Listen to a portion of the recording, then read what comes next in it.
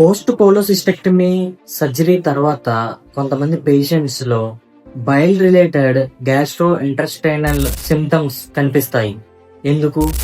సాధారణంగా లివర్ ఉత్పత్తి చేసే బైల్ ను గాల్ బ్లాడర్ కాన్సన్ట్రేట్ చేసి మనం ఫ్యాటీ ఫుడ్ తిన్నప్పుడు దాన్ని డియోటనంలోకి రిలీజ్ చేస్తుంది. ఈ కోలోసిస్టెక్టమీ తర్వాత మనకు గాల్ బ్లాడర్ అనేది ఉండదు గనుక లివర్ ఉత్పత్తి చేసి ఈ బైల్ అనేది హెపాటిక్ డక్ట్ ద్వారా కామన్ డక్ట్ నుంచి మన డియోటనంలోకి కంటిన్యూస్ గా రిలీజ్ అవుతూ ఉంటుంది. ఈ కంటిన్యూస్ బైల్ ఫ్లో వలన కొంతమందిలో కొన్ని సింప్టమ్స్ అనేవి కనిపిస్తూ ఉంటాయి.